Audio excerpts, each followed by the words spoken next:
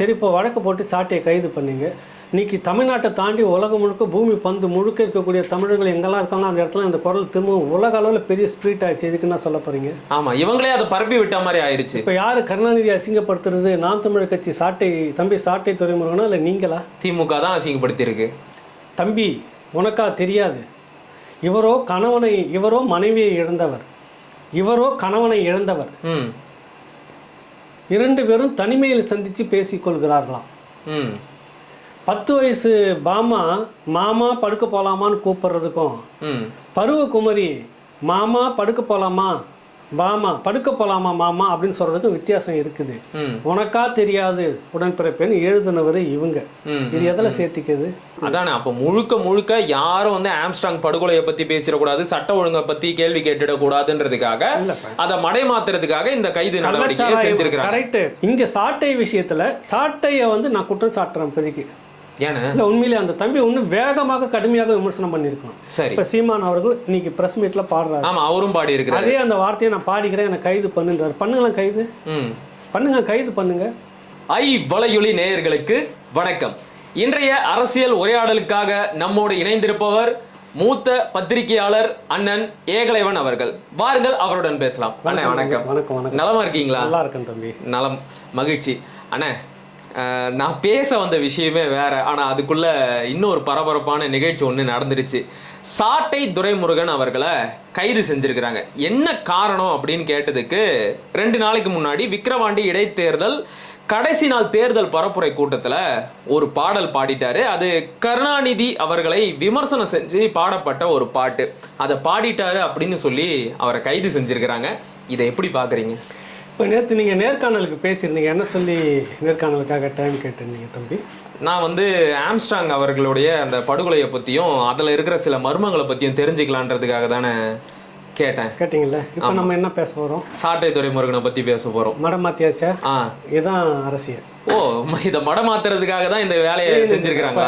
சாட்டை துரைமுருகன் வந்து பேசுனதுல என்ன பேசினார் அவர்? என்ன அது பெரிய தேசிய குற்றமா? அது இல்லையா? அந்த பாட்டு ரொம்ப நாளா அரசியல் களத்தில் ஒலிக்குது. 2011 அதிமுக தரப்புல இருந்து பண்ணாங்க, யாரோ தெரியாது. ஆனால் நீங்கள் அரசு வழக்கு போடுறதுன்னு தான் இப்போ வந்து நீங்கள் வந்த பிறகு போட்டிருக்கணும். அதை சரி போட்டு இதை வந்து தவறானதுன்னு சொல்லி வழக்கு போட்டு யூடியூப்பில் வந்து போயிட்டுருக்கு. லட்சக்கணக்கான பேர் பார்த்துட்ருக்குறாங்க.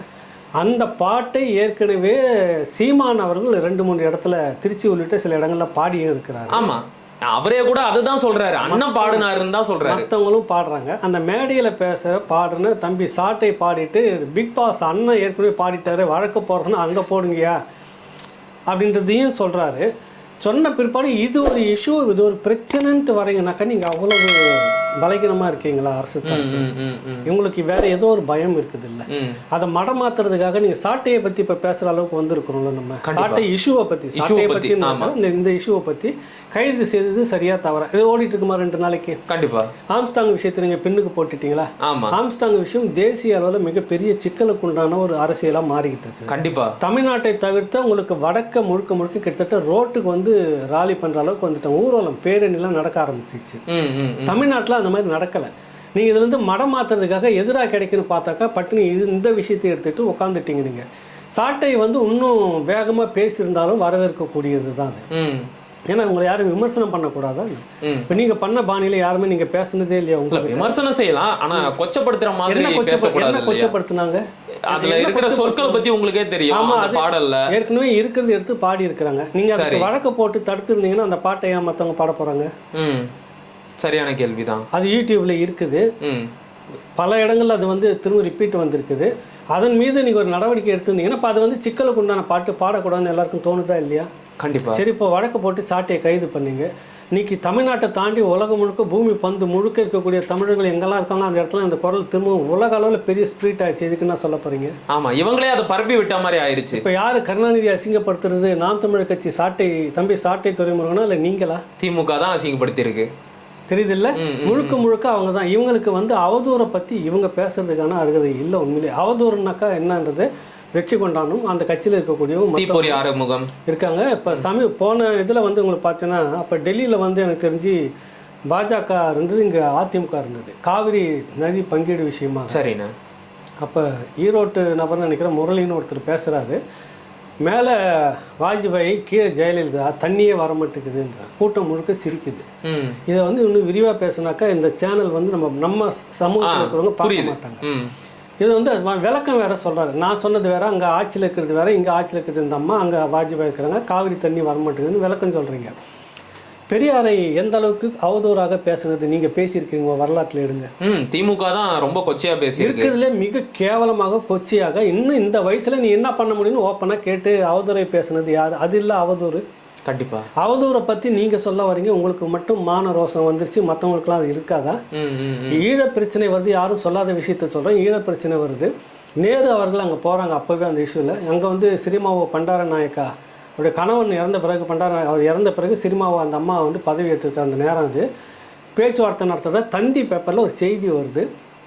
இந்த பிரச்சனை குறித்து ஈழத்தமிழர் சிக்கல் குறித்து பிரதமர் நேருவும் இலங்கை அதிபர் பண்டார நாயக்காவும் அந்த அம்மா சினிமாவும் தனிமையில் சந்தித்து பேசுகிறாங்க தீர்வுக்காக வேண்டின்னு செய்தி. சரி, ஒரு அறிஞராகப்பட்டவர், நீங்கள் அறிஞர்னு பட்டம் கொடுத்துருக்க கூட அந்த அறிஞர் என்ன தெரியுமா சொல்கிறாரு?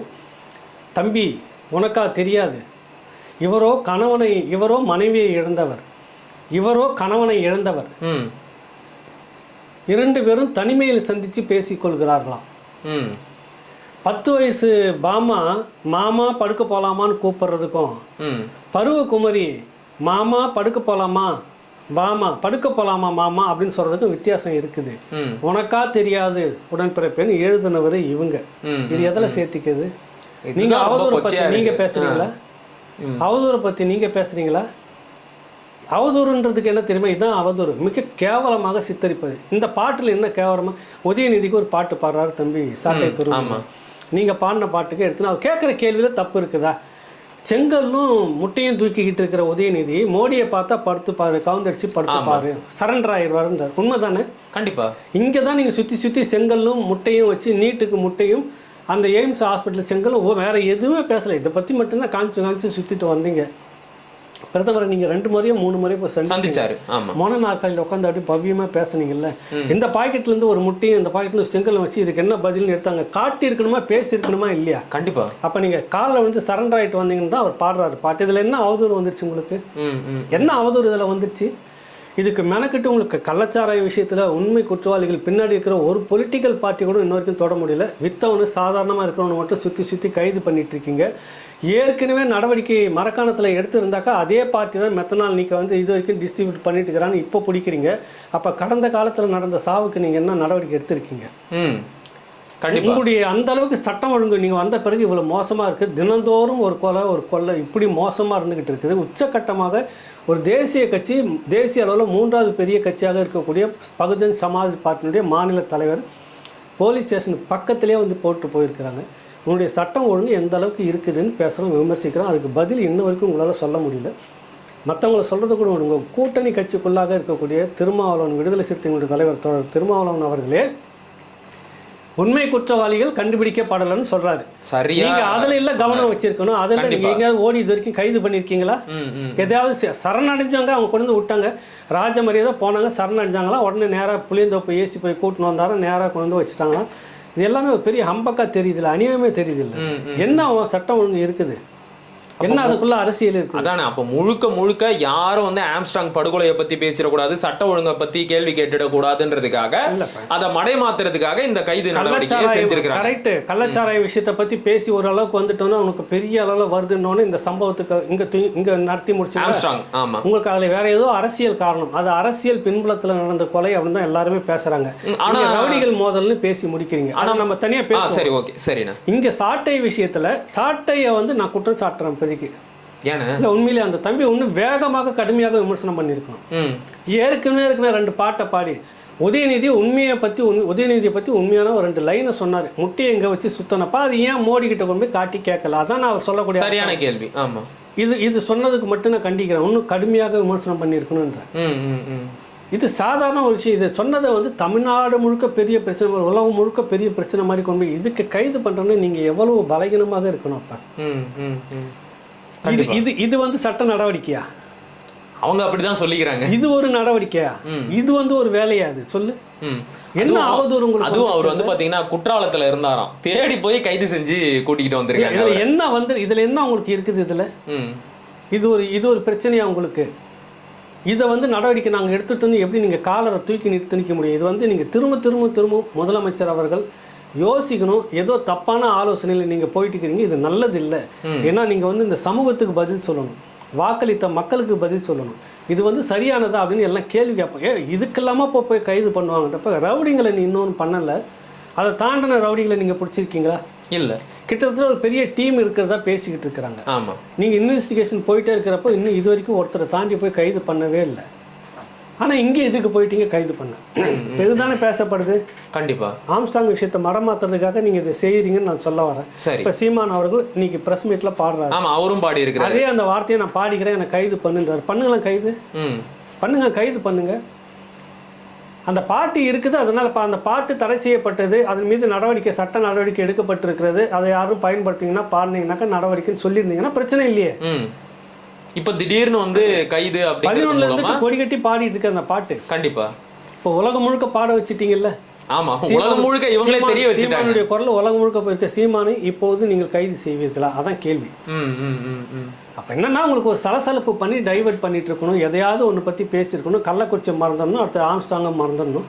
ரெண்டும் இந்த வரலாறு இது வரைக்கும் இந்த திமுக ஆட்சியில் ஒட்டுமொத்தமாக பார்க்கும்போது, இதுக்கு முன்னாடி வந்து தினகரன் அலுவலகம் எரித்து கொல்லப்பட்டது, தா கிருஷ்ணனுடைய கொலை வழக்கு, லீலாவதி கொலை வழக்கு, இப்படி தான் மிக பெரும் ஒரு கரும்புள்ளிகளாக இருந்தது வரலாற்றில்.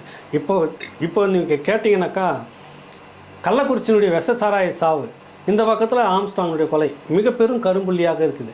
இதுக்கு வந்து நீங்கள் ஒன்றும் பண்ண முடியாது. இப்படி எதனா பெயிண்ட் அடிச்சுட்டு வண்ணத்தை மாற்ற முடியும். சாட்டை துரைமுருகன் கைது அப்படி தான் இருக்குது. இது கண்டிக்கக்கூடியது. இதுதான் அதுக்கு பதில்.